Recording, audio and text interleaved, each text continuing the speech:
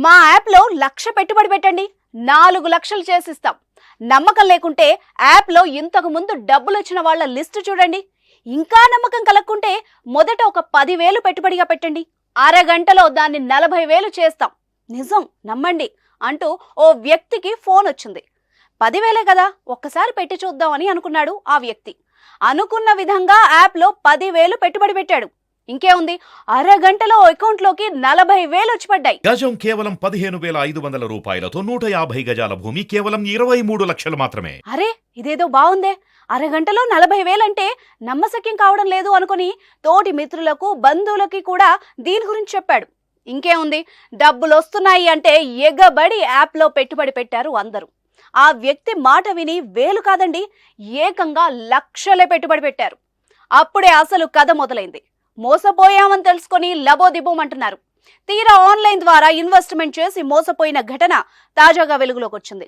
అసలు దీని కథ ఏంటి, దీనివల్ల ఎంతమంది మోసపోయారు, ఇప్పుడు తెలుసుకుందాం. ఫోన్ యాప్ లో పెట్టుబడి పెట్టండి, అధిక లాభాలు వస్తాయని ఓ ఫోన్ యాప్ కంపెనీ అమాయకులకు వలవేసింది.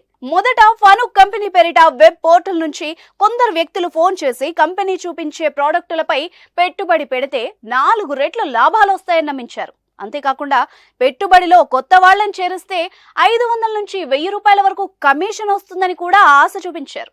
ఇంకేముంది, చైన్ సిస్టమ్ లాగా సుమారు 10,000 మంది సుమారు 500 కోట్ల వరకు ఇన్వెస్ట్ చేశారు. మొదట కొద్దిగా ఇన్వెస్ట్ చేయగా లాభాలు వచ్చాయి. ఇలా పెట్టుబడి పెడుతూ వచ్చారు బాధితులు. కొందరికి నమ్మకం కలిగిన తర్వాత అక్కడే అసలు కథ మొదలైంది. 1,00,000 ఇన్వెస్ట్ చేస్తే 40 రోజుల్లో రోజుకు 10,000 చొప్పున 4 లక్షలు ఇస్తామని నమ్మబలికారు. ఇలా వాట్సాప్ గ్రూపుల్లో 1000 మంది చొప్పున 10 గ్రూపుల్లో ఎరవేశారు.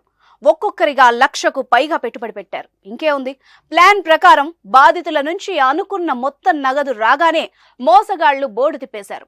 ఈ నెల 26వ తేదీ నుంచి కంపెనీ వెబ్సైట్ ను ఆపేశారు. అనుమానం వచ్చి ఫోన్ చేస్తే స్విచ్ ఆఫ్ వచ్చింది. మోసపోయామని తెలుసుకొని పోలీసులను ఆశ్రయించి సెంట్రల్ క్రైమ్ పోలీస్ స్టేషన్లో ఫిర్యాదు చేశారు బాధితులు. ఇందులో చాలా మంది అప్పు చేసి ఇన్వెస్ట్ చేసినట్టు బాధితులు వాపోయారు. నిందితుల్ని అరెస్ట్ చేసి తమకు న్యాయం చేయాలని బాధితులు డిమాండ్ చేస్తున్నారు.